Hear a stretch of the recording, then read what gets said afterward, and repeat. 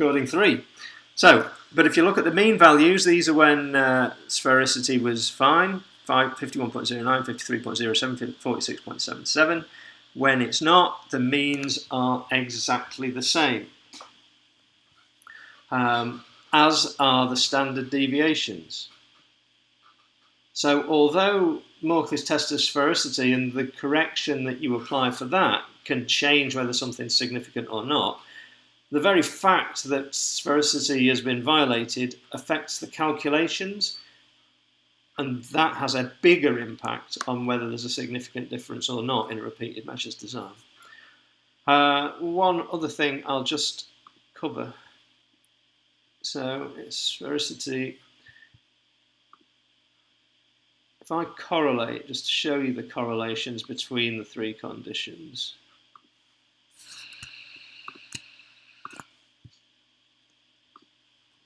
Okay.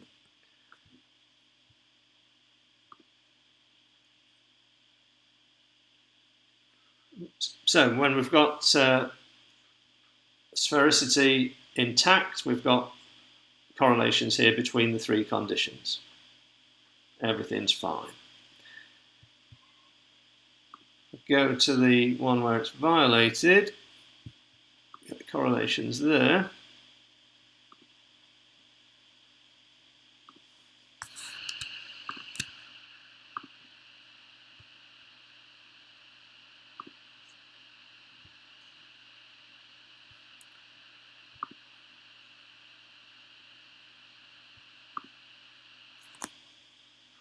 See, there's a correlation between C1 and C3.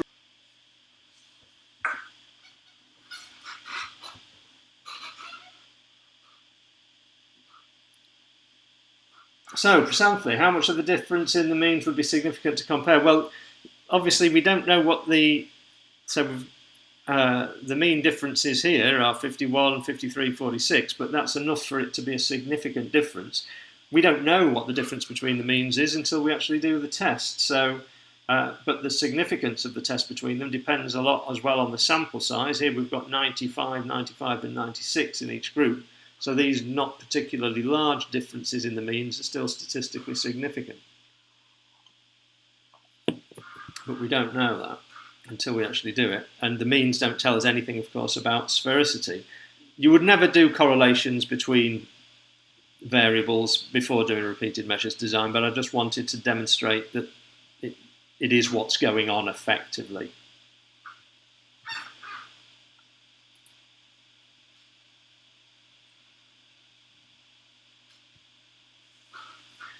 Yes, Aparna, that's about it.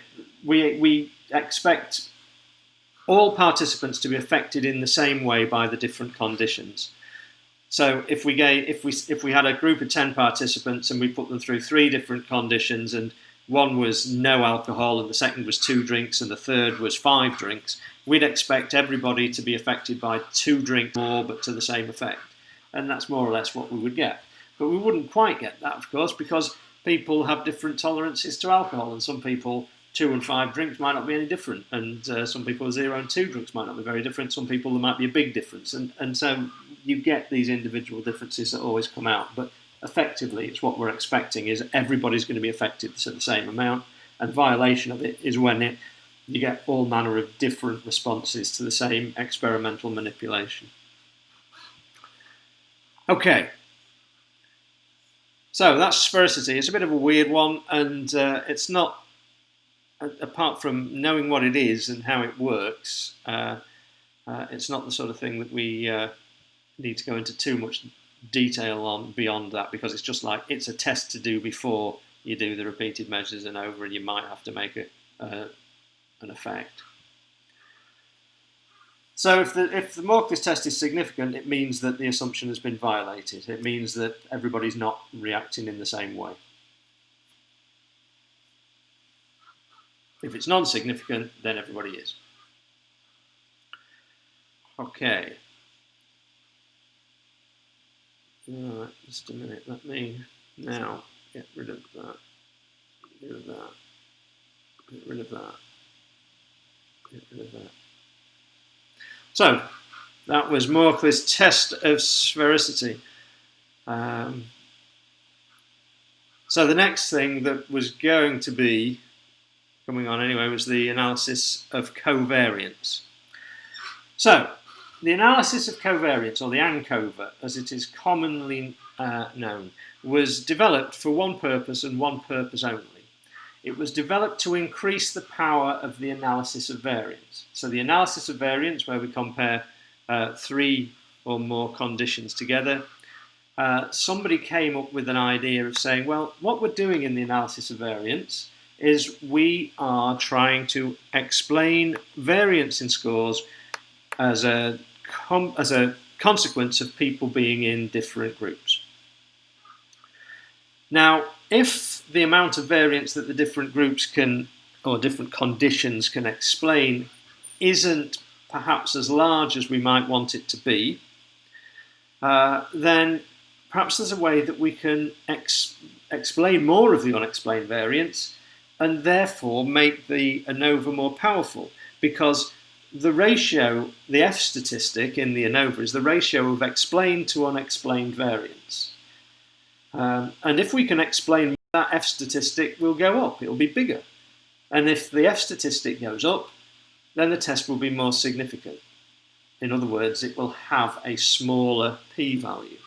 And so that's why the analysis of covariance was introduced, which is quite a nice, clever idea, I think. So, let's first of all just think about an Anova, and I'll go back to my circles for trying to explain what's going on. In an Anova, we've got our dependent variable, which is the circle on the left. We've got the independent variable, which is the circle on the right. And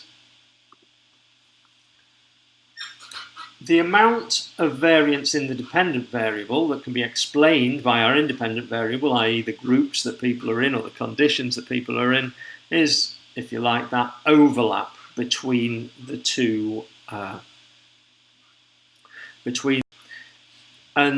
bigger that is, the more significant the test is going to be. The smaller it is, the less it's either going to be it's more likely to be non-significant. Okay. So, in an Ancova, what you want is to identify a covariate that can explain some of that variance in the dependent variable, some of the unexplained variance in the dependent variable. What you do is you statistically remove it. So that means that that unexplained variance bit of the dV is now smaller.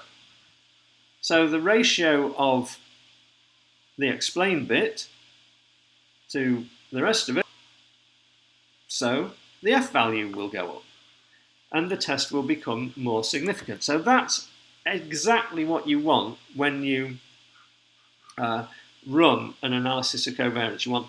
The idea is that you find a variable, or you think of a variable that's going to be related strongly to your dependent variable, but ideally not related to your independent variable. So that when you remove the variance, all you are doing is removing variance from that dependent variable, from the unexplained bit.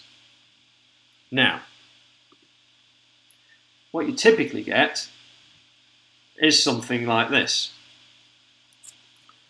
Okay, it must be just my signal if I'm breaking up a bit, because there's nothing else going on, I don't think.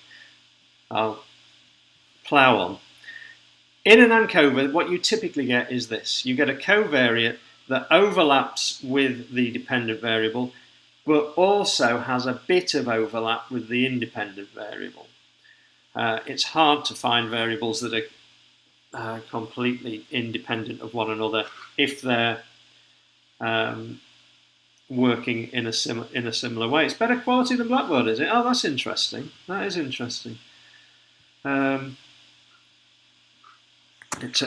might get the hang of it in a bit. It's a bit weirder than doing stuff on Blackboard, and certainly the recording of it is being much more challenging as it keeps stopping. But anyway, there you go. So what you end up getting is you get a covariate that overlaps with the dependent variable, but also maybe has a bit of overlap with the independent variable. So then it comes down to a question of whether the amount of variance that it's taking out of the dependent variable is enough, the explanatory bit from the independent variable. But that's more like what you get. You take that chunk out, and then you've got, is this bit still significantly bigger when it's related to this bit here, or not, when you've taken that bit out the bottom? Probably still is. Probably. Absolutely don't want is finding a covariate and then finding that it's actually hugely related to your independent variable. In fact, this is a major problem. If you do find this, you have to covariance. It just will not be reliable. And we have to test for that when we do the analysis of covariance to make sure.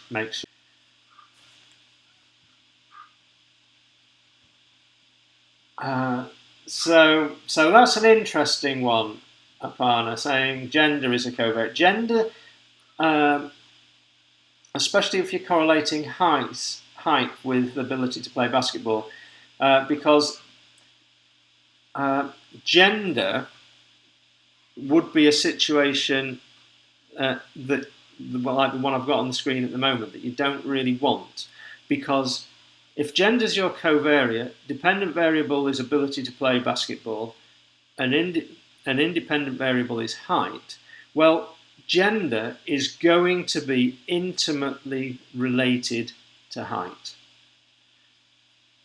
Males just tend to be taller than females, and so your gender covariate that you had there would be hugely related to your independent variable. So if you were to use that, you would be removing lots of variance explained by gender. So in that particular case, it wouldn't be a good thing to do. Yes, Joe, in the experimental design phase, it would actually be good to try and identify a covariate in the first instance, because you want to be measuring it at the same time that you're collecting the rest of your data. Yeah?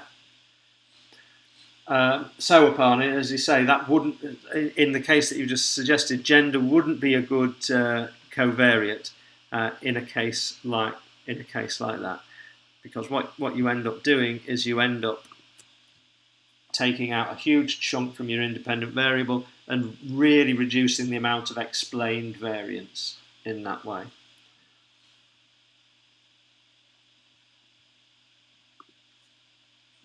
So, there is also a very special assumption for the analysis of covariance, and that's the homogeneity of regression assumption.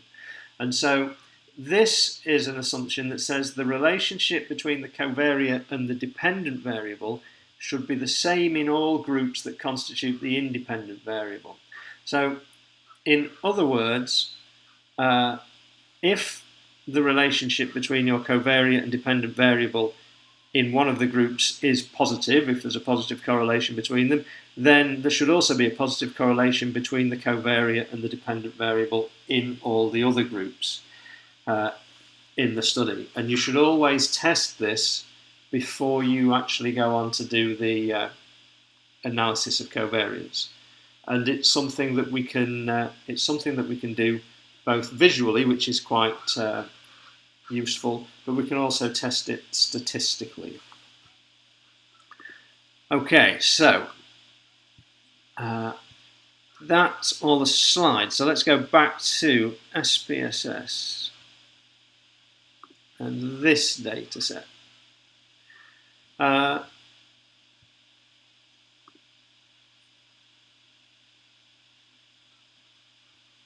So this is a data set that I put together the other day, and it's something that's useful because we can use it to demonstrate the usefulness of the Ancova. So what we've got here is there's lots of data. We'll only be using a little bit of it because I was creating it for some other purposes as well. to be used on the to be used on the distance learning version of our MSc Occupational Psychology program that's starting next year, and that'll be teaching on that as well. So kill two birds with one stone. But what we've got here is we've got data from, I don't know, lots of people